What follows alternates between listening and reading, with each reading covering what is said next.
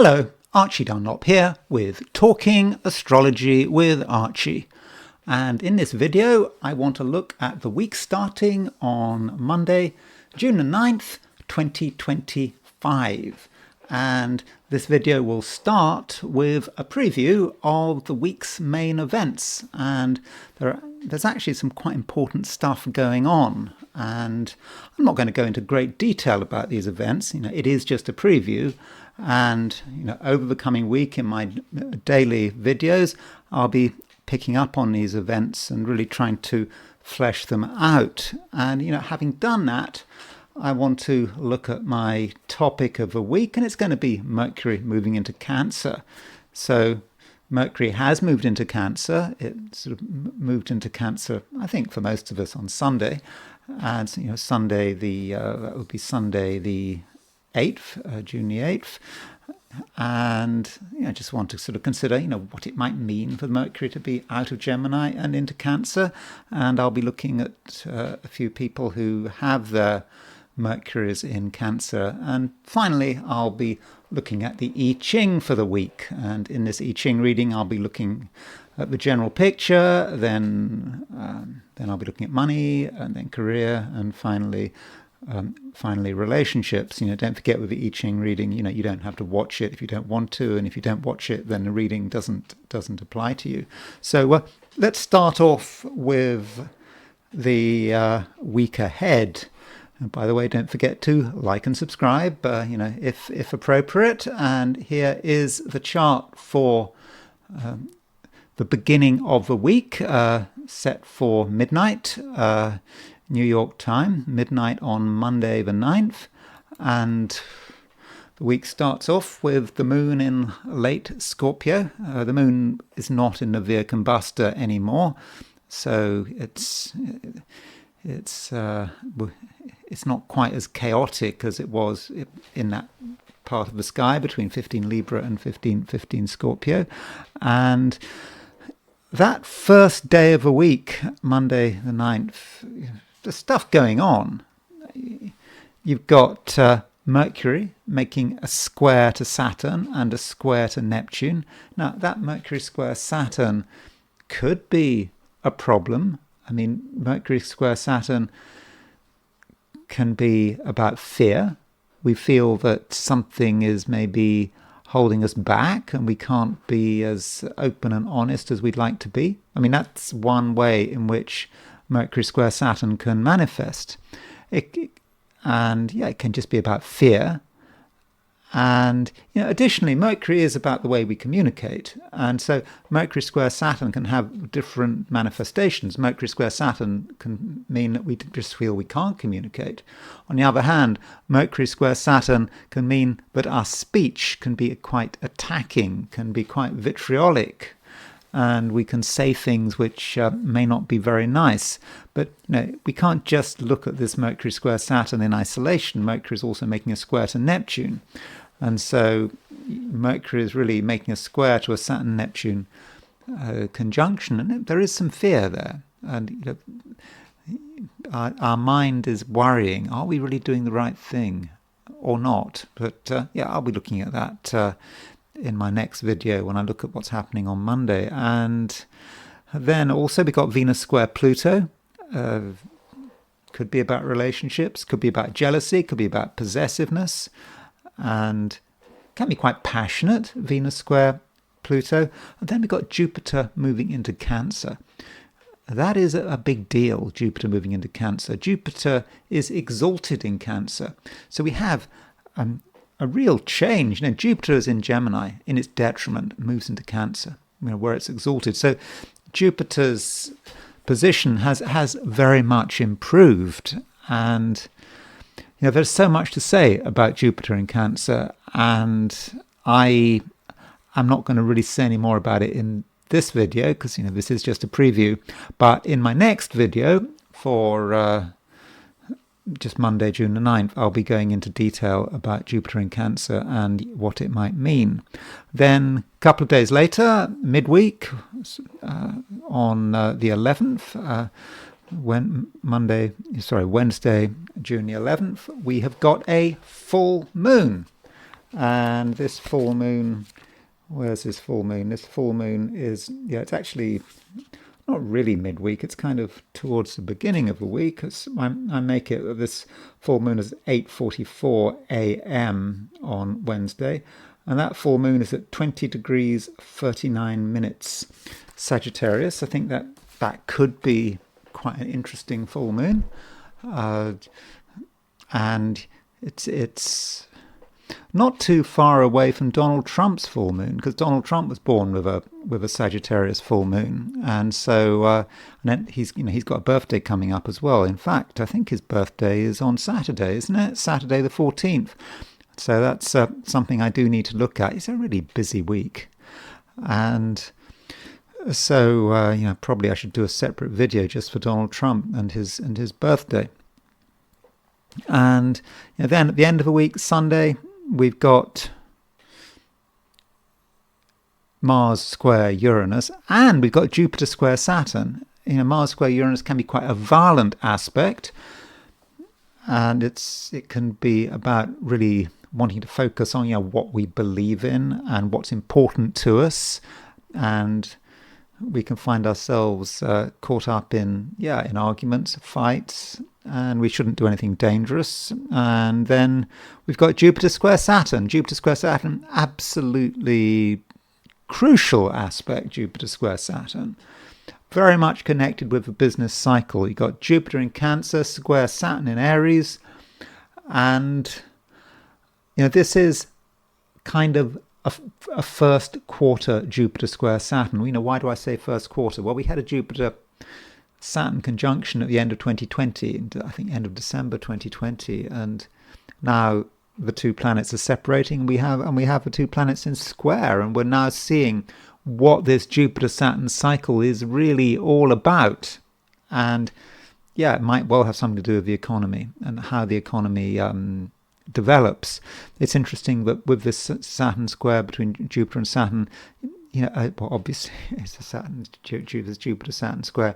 Jupiter is in Cancer in its sign of its exaltation. Saturn is in Aries, the sign of its fall.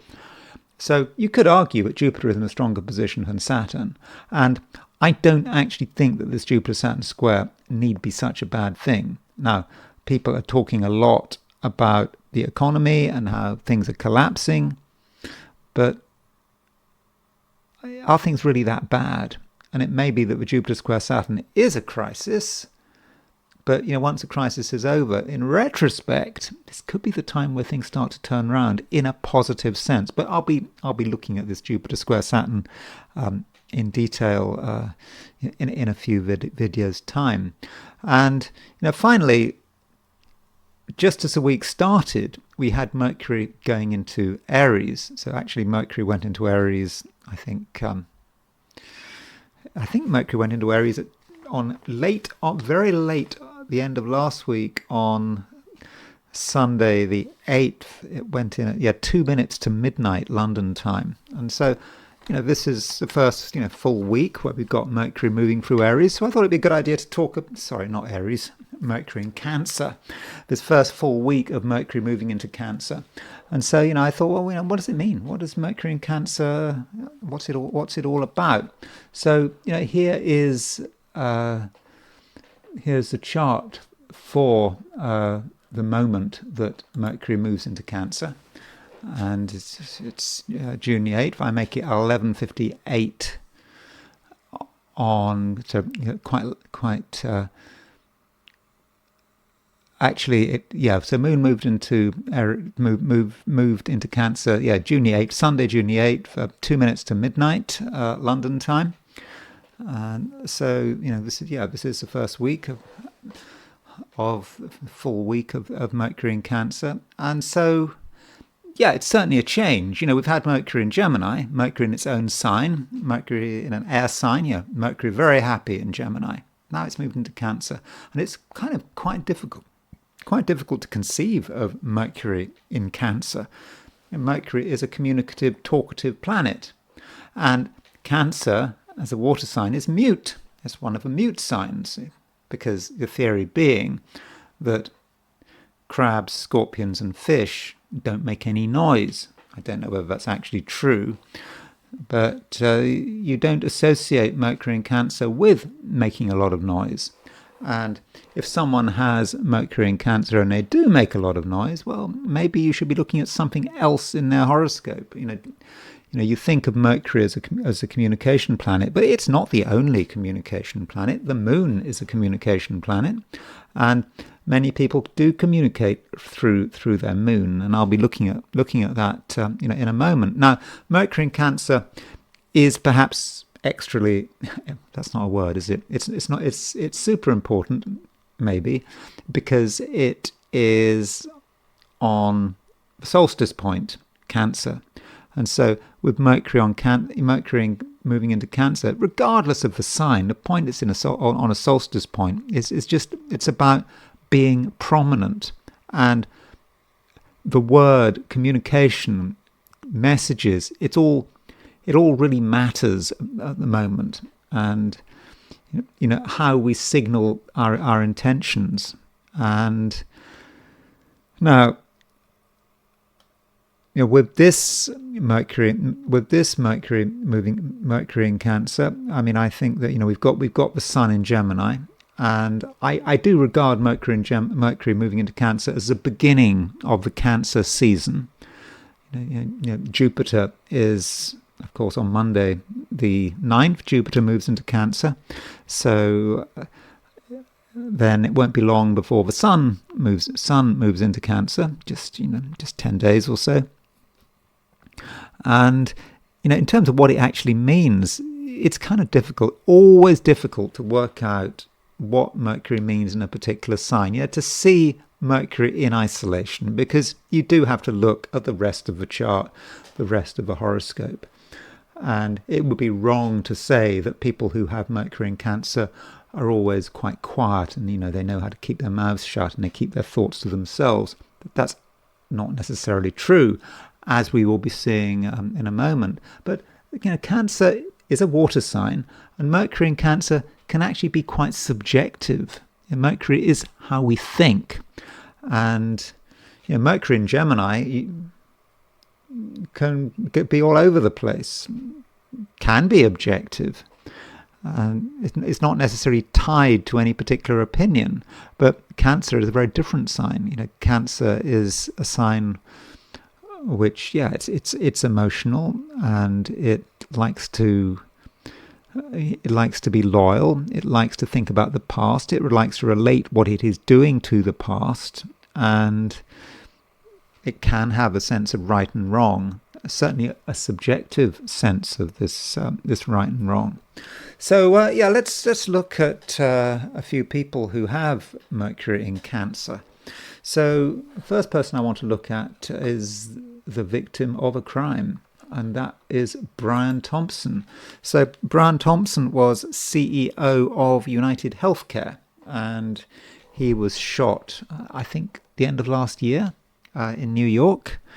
And health insurance in the US is an industry which is sort of vilified, and there is a perception that private insurers are doing whatever they can to make a profit, and they're denying people coverage, but their people are dying, not getting proper treatment, all because these companies are trying to maximize their profits. So Brian Thompson was certainly not someone who would be especially popular amongst many Americans. And of course, when he was shot, in many quarters, there wasn't a great deal of sympathy for him. So what about his chart? And what does Mercury in Cancer mean for him? So, I don't have a time of birth. He probably has the moon in Pisces. And he has Mercury in Cancer, Saturn in Cancer, Sun in Cancer. He's got Mercury square Pluto. And, Cancer is a sign which is very loyal to its family, to its company, to its own private interests. And so Mercury in Cancer, you do what you can to look after your company and its interests, especially if Mercury is square Pluto. And you don't necessarily have to talk about it much, but you know what matters. And it's the bottom line of your company that matters. And perhaps that's why he was so successful, how he got to have, a very large income, a relatively high profile, and that's perhaps why he became a target for someone when that sort of led to his death. But I don't know a great deal about him, and one just has to question, what that Mercury in Cancer was all about. One thinks with Cancer as a sign that it's quite compassionate. I don't think there's actually any reason why Cancer can be compassionate. Certainly not in a general sense. I think Cancerians can be they can be loyal to their friends and their family, but should they be loyal to the general public? Should they be sort of charitable in their disposition? No, not necessarily. So someone else who has Mercury in Cancer is someone I've just looked at, and that is Donald Trump. Often forgotten that Donald Trump has Mercury in Cancer, and Mercury is a communication planet, and when you hear Trump speaking, you don't really see the Mercury in Cancer, do you? Well, what you're looking at is Moon in Sagittarius. He speaks through his Moon in Sagittarius. He says what's on his mind and comes from his heart, and he's blunt. There's something rather scattered about it. It's whatever comes to mind, and that's how the Moon can work. But that Mercury is perhaps not in evidence, and also that Mercury in Cancer, as we saw perhaps with Brian Thompson, looking after its own interests, and Trump is someone who does look after his own interests, or at least he believes he is looking after his own interests. There is huge controversy about whether or not Trump is a successful businessman.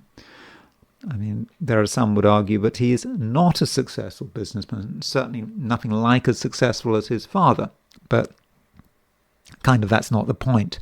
And, his own, motivations and, why he does stuff, it is quite subjective. And you could say with Mercury in Cancer is that he is keen to look after his own interests. So that's Trump, and we just shouldn't forget that Trump has 3 planets in Cancer, 3 traditional planets in Cancer: Venus, Mercury, and Saturn. And then Elon Musk has Mercury in Cancer. He has Mercury rising in Cancer, and so his Mercury is actually quite close to Donald Trump's Mercury, within 5 degrees. So there's certainly a line of communication between Trump and Elon Musk, in spite of their recent argument. But, when you're looking at someone's Mercury, you have to look at the wider context. Now, Mercury is not,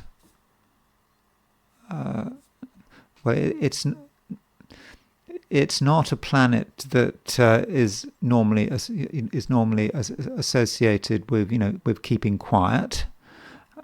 But then it is in Cancer. So there is this contradiction of it being in Cancer. So, what would that mean to Elon Musk? Is Mercury being in a mute sign? Is Elon Musk mute? No, he's not. He expresses his opinion, very clearly. So why? Well, it's not just that it's in Cancer. It's first, he's got Mercury rising. I mean, anyone with Mercury rising is likely to be quite communicative. They've got things to say. And his Mercury is in mutual reception to the Moon. Moon is in Virgo, the sign of Mercury. Mercury is in Cancer, the sign of Moon. They're in mutual reception. So there's a natural sympathy between his Moon and his Mercury. And that's what facilitates the communication. Now, you'd think, though, that Mercury in Cancer, Moon in Virgo, that his communication would be quite constrained. He wouldn't be just, saying the first thing that comes into his head. He wouldn't be, constantly shooting his mouth off. But this does maybe contradict our view. Maybe we're worrying too much about sign. I mean, I spent some time now talking about Mercury in Cancer. Maybe it doesn't matter what sign Mercury is in, and maybe we should be looking at the aspects or perhaps the houses.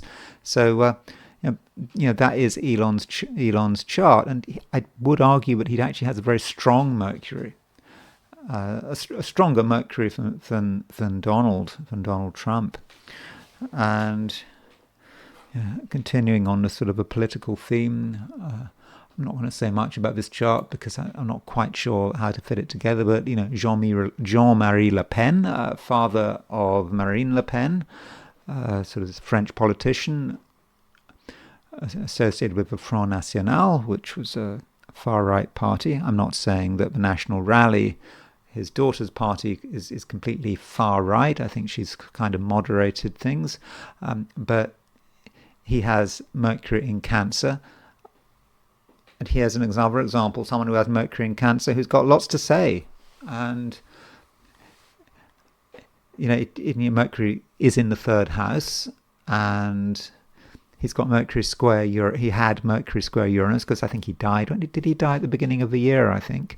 And so with Mercury in Cancer, perhaps it's what he thinks about. Cancer is a patriotic sign, and he can be obsessed about his own country, and could be thinking a lot about his own country. France, of course, France is a Cancerian country. If you take the beginning of France as the fall of the Bastille, July the 14th, 1889, when the sun was in Cancer, and also Mercury was in Cancer as well. And, Mercury in Cancer can, in certain cases, be weird and can, be really subjective, really emotional. And, those emotions can affect behavior, and the mind just cannot rationalize what it's doing. And, one person who has Mercury in Cancer is Jodi Arias. Now, she was in the news, she hasn't been in the news for some time, but she killed her former boyfriend, what was his name? Travis Alexander. Was that his name? I think it happened in Arizona, and she stalked him, she tracked him down, and she killed him and just completely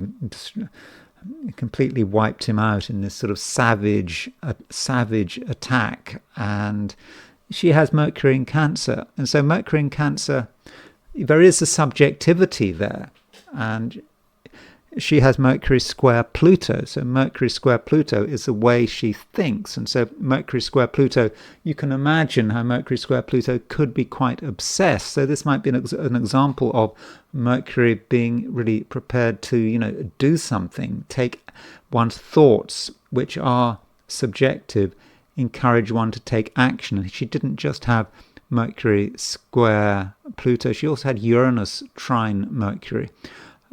Pretty close to that Mercury, to that trine. So it may be that Mercury can be responsible for taking action. It's not necessarily just about ideas. And another person who was in the news, quite recently, was Joran van der Sloot. Now, Joran van der Sloot, he was infamous for his connection with the disappearance of Natalie Holloway. So this Natalie Holloway was some American girl.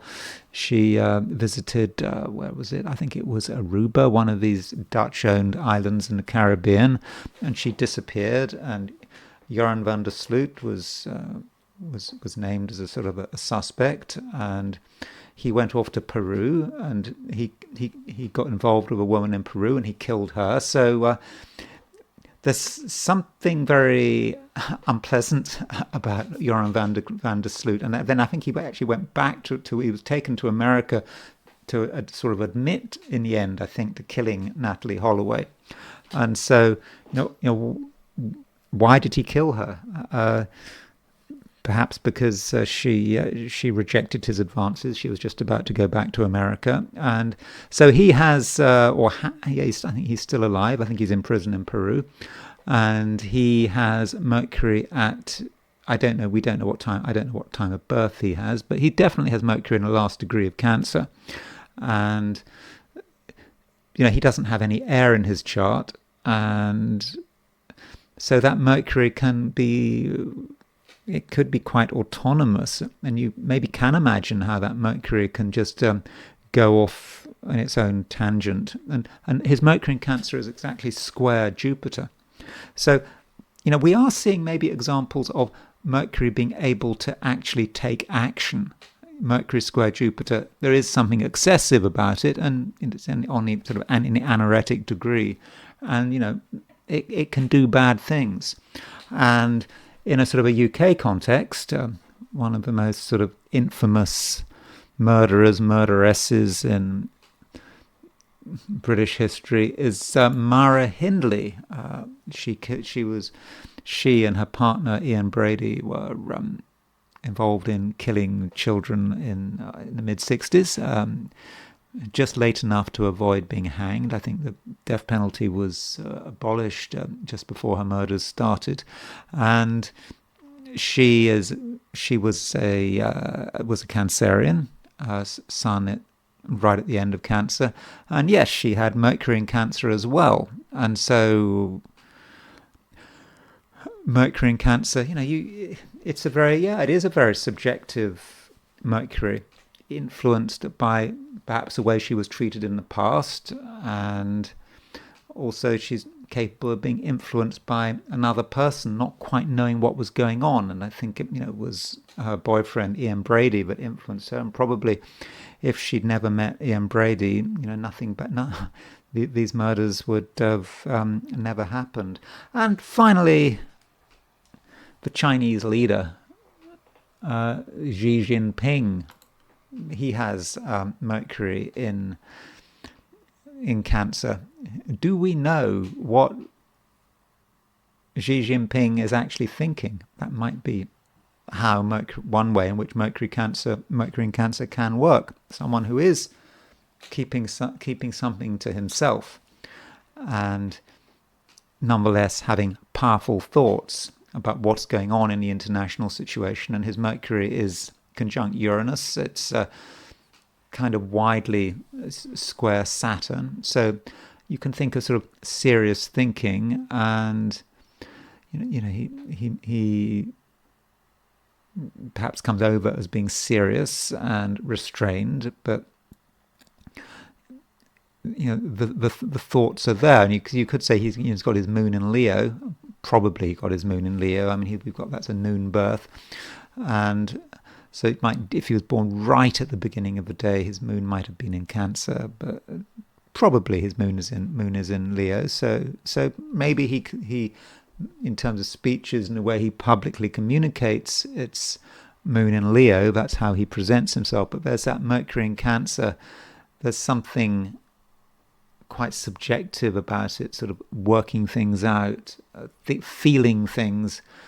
Perhaps someone who is, easy to insult, and that might be a feature of Mercury in Cancer in certain situations. Someone who doesn't take kindly to being snubbed or to being badly treated, and I think that was one of the reasons why Antony Blinken was such a disaster as Secretary of State, and he didn't know how to deal with people like Xi Jinping. But anyway, those are a few thoughts about Mercury in Cancer, and when you're dealing with Mercury, you've always got to look at the surrounding planets. I mean, you've always got to do that regardless of what the planet is, but that's particularly the case with Mercury.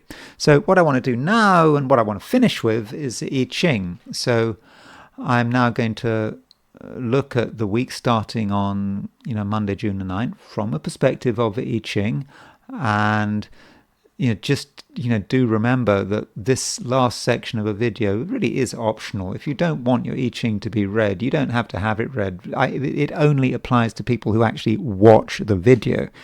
And So, this I Ching section, of the video, there'll be four subsections. I'll be talking about I'll be talking about the general picture, then money, and then career, and finally relationships. So I asked the question, what is the week starting on Monday, June the 9th, going to be like for those watching the I Ching section of this video? And the first hexagram I got was hexagram number 6, conflict. Now, something happened here. When I did my I Ching reading for the weekend, I mean, not this video, but for the previous video, the last video I made for this week, which was, where I asked, the I Ching, what's the weekend going to be like? Now, in that reading, I got conflict as the first hexagram. And then I got the first line moved, third line moved, and the fourth line moved. Okay? I got the same thing. So if you were watching my I Ching video for the weekend, I had conflict moving to the taming power of the small. Now, I've got exactly the same thing. The same lines move, and so, this moves to the taming power of the small. And, I didn't just do that because I just couldn't be bothered to do the reading because I couldn't be bothered to do the reading for the week. I did throw the coins, and I got exactly the same coins as I had before. And I don't think that's happened to me before. It's the first time, but I've got same reading, same lines on two consecutive days, and that in itself might be significant. It could be that in terms of this week, last weekend was actually a microcosm of what this week is going to be like. So if you want to understand the week ahead, then think about the weekend, because the weekend is, what's the word? I think it's like a fractal. The weekend could be the week in microcosm. So look at the events of the weekend and consider the possibility that they're just a dress rehearsal for the real thing, which is this week. So in general, over the course of a week, you are certainly aware that things aren't entirely easy, that there are people out there who don't agree with one another, and you might not agree with them, and you might regard everything as being, a bit of a fight. And how are you going to, win over the other person, or maybe they're going to win over you? And the idea of compromise or agreement may hardly occur to you. And so, this certainly may be how the weekend starts. And you might really sort of, want to be sorting things out. And, the question is, are you going to succeed? And, the advice here is, with the, bottom line moving, is that you should not really be involving yourself in a conflict. If you do get yourself in a conflict situation, you should be trying to back off, because if it does come to a conflict, then is it really going to work out? Are you going to be able to win through? I don't think you are, and I don't think actual conflict is necessary. For one thing, if something is yours and you find yourself fighting for it, well, why? Because it's yours anyway. And so sometimes, fighting is unnecessary. It just doesn't really matter. And, also, with the fourth line moving, you might be able to win some victories. You might be able to get your way if it's really important to you. But to what benefit? Any benefit is going to be short term. It's going to just be about your ego. And if you're able to beat someone, supposedly show them who's boss, win an argument, the benefits are going to be short-lived. And you do need to also show some respect to people who appear to be weaker than you. Yeah, sure, you can get the better of them, but so what? You need to show some grace here, and I think that really does matter. So don't feel that you have to push it, and in the end, you might be of a view that just it's all too much, and do you really want to pursue it to the end? And I don't think you actually have to. And then, things move, things switch. We got exactly the same thing when I did the I Ching for the weekend, and conflict morphs into the taming power of the small, and that's about self-discipline. It's about you accepting that the time is not right and just holding back. And that's the right approach. And don't try to take on too much. You might want to take on too much. You might find yourself involved in, I don't know, mindless activity for the sake of it, but it's not going anywhere. And you need to maybe just put yourself under the control of something else. That could be your higher self or some structure, and just some hierarchical structure maybe. And don't feel that you have to take things too far, because this week is complicated. It is really a complicated week, and it's certainly astrologically. It starts with Mercury square Saturn, and it ends with Mars square Uranus and Jupiter square Saturn. And don't take on too much. None of us should take on too much, because these are unstable energies. Now, as far as money is concerned, money may not be a particularly easy issue. Where there's money, there's a problem. Where there's money, there's an argument. And getting people to agree about money could be next to impossible. So possibly you shouldn't try. And if you're planning on taking some financial initiative, particularly if it's about you winning and someone else losing, then you might start and then just realize, this really isn't going anywhere. And it might then be a good idea to sort of back off, and not to get too upset about short-term losses, or feel you've been ripped off, or someone's not giving you the money you deserve. You might get upset about that, but if you deserve it, if it's your money, you'll get it in the end. Don't worry about it. You could, if you really wanted to, push the point, demand that you're given the money that's owed to you, or even not owed to you. Yeah, you can be quite demanding, and you can, if you really, really want to, get people to give you money or give in to you, but you'd be creating a very bad impression. And if you were to get what you were looking for, it could end up actually as being a net loss. And so when it does come to money, just be relaxed this week. Okay, sure, you've got to look after your own interests, that's true, but you don't be in a rush for instant benefits, instant gains. Instead, just calm down and remember that conflict changes to the taming power of the small.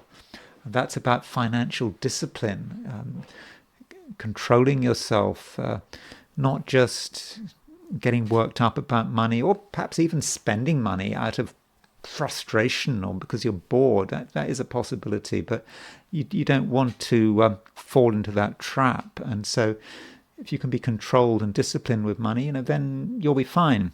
And then there's career and business, and it's not entirely easy, is it? Because we've got conflict here, and as the first hexagram, and conflict may be that you and others do find that you're perhaps not looking at things in the same way. So if you're working with people, then there could be disagreements, there could be arguments, and you might feel if you're going into work, or if you're trying to organize something from a business perspective, you might feel that it's time to assert yourself, to really show who's in control. But as soon as you start to do that, you realize it's not actually working, and so you might have second thoughts. This perhaps isn't the time to be asserting yourself, but then you're concerned that if you don't assert yourself, you might be compromised. You might be taken advantage of, or someone might steal your thunder. But don't worry. If you're good at something, if you deserve something, it will be yours. You don't have to fight for it. And in fact, if you do fight for it, then that's not going to put you in a very good position. In fact, the more angry and the more assertive you are, certainly beyond a particular point, then it's all going to start to become counterproductive, and you might sort of start showing yourself in a bad light. And because we've got moving lines, this hexagram conflict does switch, and it switches to hexagram number 9, which is the taming part of the great. So if you are working over the week, then it's important to be disciplined. And there are things you'd really like to do, and you really want to get going on it, and you are impatient, but you've got to control things, because it may not be the right time. Astrologically, it's a complicated week. We've got full moon, we've got Mars square Uranus, of course we've got Jupiter square Saturn. Things are very much up in the air. Things are happening, and if you try to sort of launch yourself into something, head first, you could get yourself into trouble very quickly. And instead, it's just probably best to take a step back, and perhaps to exercise a bit some self-control. And finally, there is relationships of all kinds. And the first hexagram is conflict. So you may not get on with people. And got full moon this week. Full moon is about conflict, can be about conflict. Also got Mars square Uranus, another conflict aspect. So getting on with people is going to be hard work. And so conflict, I think, should be avoided. And you might want to take someone on. It's maybe someone someone you feel runs counter to your best interests. You might want to argue with them, but if you do that, you'll quickly realize it's not going to work. But you might still feel you have to, because it might be a matter of ego, or you feel that if you don't assert yourself, you might lose something. You might be taken advantage of. But no, I don't think so. I don't think it's necessary. And sure, if you really want to, you can push people around, and you can maybe get your way in the short term, but it would backfire. And so if you do feel any conflict, just let it pass. Maybe next week would be a better time to sort things out. And conflict does change, because we've got moving lines, does change to the taming power of the small. So, relationships should be just treated in a respectful and cautious way, and respect the limitations of relationships, and respect the fact that certain people need to be treated in a particular way, and don't expect dramatic results. So if you have high hopes of a relationship, well, who knows? Maybe those hopes will be realized. But I don't think this week. You just have to keep it small, and remember that I Ching says, no clouds, no rain, dense clouds, no rain. So it feels as if something might be happening, but it doesn't quite happen. And so do trim your expectations, but it's not bad. It's about being disciplined and understanding the limitations of the times that we are living in. And it's just the reading for 1 week. The reading for next week will, of course, be completely different, I hope. but maybe not. Sometimes the I Ching can repeat itself, like it did this time, exactly the same I Ching reading that I got for the weekend. So anyway, thanks very much for watching this video. If you did enjoy this video, I'd be very grateful if you were to like it. If you're not subscribed, super grateful if you were to subscribe. If you want to buy me a coffee, there's a link in the description, and I will talk to you again very soon.